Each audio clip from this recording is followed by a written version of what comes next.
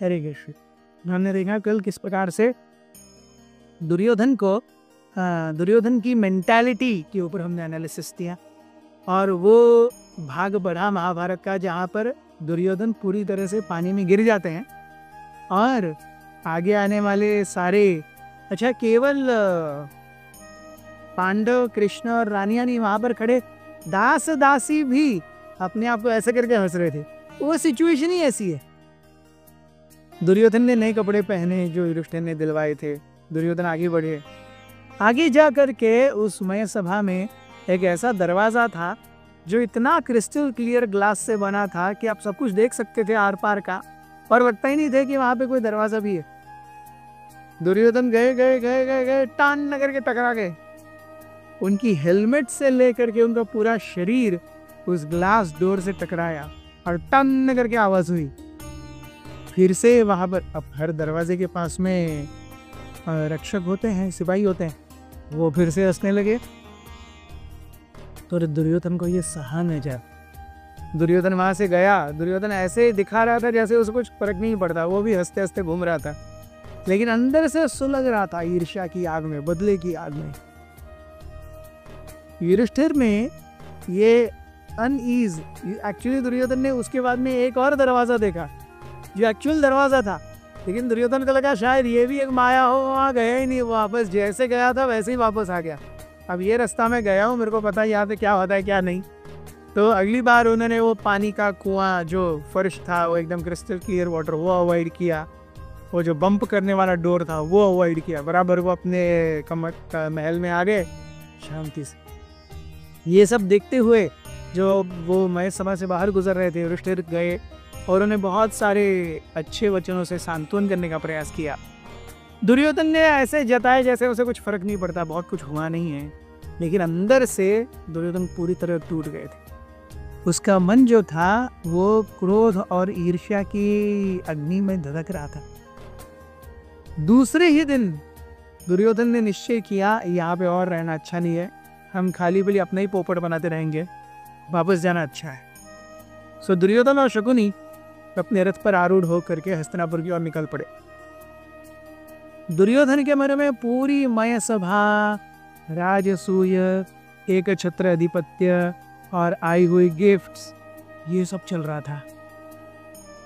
इसमें वो इतना ज्यादा डूब गया था कि शकुनी दुर्योधन को कई बार एड्रेस कर रहे थे, भांजे भांजे भांजे करके, लेकिन दुर्योधन कहीं और ही था पूरी तरीके से।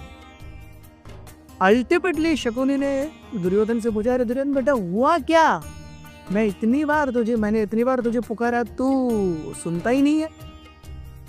तब दुर्योधन ने बताना शुरू किया कि मामा श्री, मैं सही में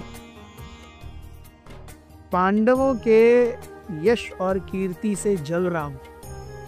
इतना बुरा मुझे आज तक जिंदगी में कभी नहीं लगा, इतना बेचैनी मुझे कभी नहीं हुई जितनी अभी हो रही है। Come what may, whatever I do to subdue Pandavas, they seem to flourish. मैं जो कुछ भी उनके अगेंस्ट करता हूँ, that becomes in their favor. ऐसे कैसे चल रहा है? नियति क्या इतनी बलवान है कि वो मेरे जैसे व्यक्ति को जो सर्वथा योग्य है उसे कुछ नहीं दे रही, और पांडव और युधिष्ठिर जो सर्वथा अयोग्य है उनकी झोलियां भरती जा रही है। ये कैसा अन्याय है शकुनी मामा? दुर्योधन सेड, मामा श्री, मुझे इस जीवन को अंत करना है। अगर ये जीवन ऐसे ही चलना है कि जहां पर मैं अपने आप को अपनी हैसियत के समान नहीं देख सकता, अपने से बहुत ही कम हैसियत वाले लोगों को मुझे हमेशा ऊपर देख करके नमस्कार करना पड़ेगा, ऐसे जीवन से तो मर जाना अच्छा है।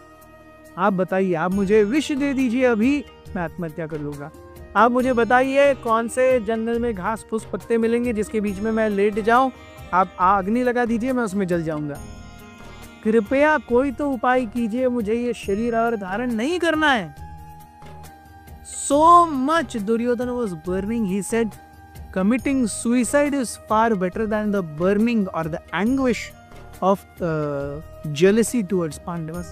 इतने जल रहे थे दुर्योधन, खास करके इस राजसूय यज्ञ के बाद और मय सभा की विजिट के बाद। शकुनी नॉन चैलेंटली, जैसे उन्हें कुछ अफेक्ट ही नहीं होता, वो दुर्योधन से कहने लगे, बेटा Pandavas they are getting what they deserved, क्या प्रॉब्लम है?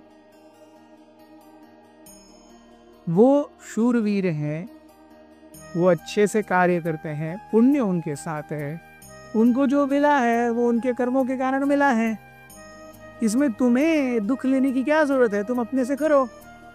और दुर्योधन ने कहा था, मैं अकेला हूं यहाँ पे, कोई मेरा साथ नहीं दे रहा। शकुनी कहते हैं, कौन साथ नहीं दे रहा? तुम हट्टे कट्टे 100 भाई हो, दुशासन का और तुम्हारा कोई मुकाबला कर सकता है क्या? कर्ण है तुम्हारे साथ, भीष्म है, द्रोण है, ये सब हैं, कृपाचार्य हैं, और कौन चाहिए तुम्हें? देखो, पांडवों के पास जो संपत्ति अभी है वो तुम्हारी नहीं हो सकती, ऐसा किसने कहा? अटैक करो, विजय प्राप्त करो, क्योंकि छत्र अधिपत्य राज्य करो। युधिष्ठिर ने राजसू यज्ञ किया है, वो छत्र अधिपत्य है, उसको मार दोगे, तुम एक छत्र अधिपति हो जाओगे।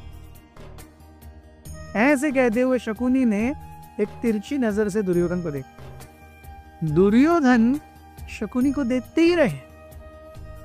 And this was the first seed of the beginning of the great war of Mahabharat.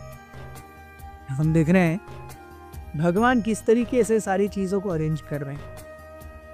जब दुर्योधन गिरे, उन सारे माया प्रसंगों से गुजरे, भगवान के अरेंजमेंट से द्रौपदी वही थी। She smiled, she laughed. Duryodhan को बहुत बुरा लगा, इस तरीके से भी भगवान कार्य कर रहे हैं यहाँ पे शकुनी के थ्रू। हालांकि Duryodhan is in a fit of committing suicide, फिर भी Shakuni is sowing the seeds of hatred and revenge in the heart of Duryodhan, and this is the first baby steps which lead to the culmination of the grand battle of Mahava. बहुत बहुत धन्यवाद। अथ श्री महाभारत कथा।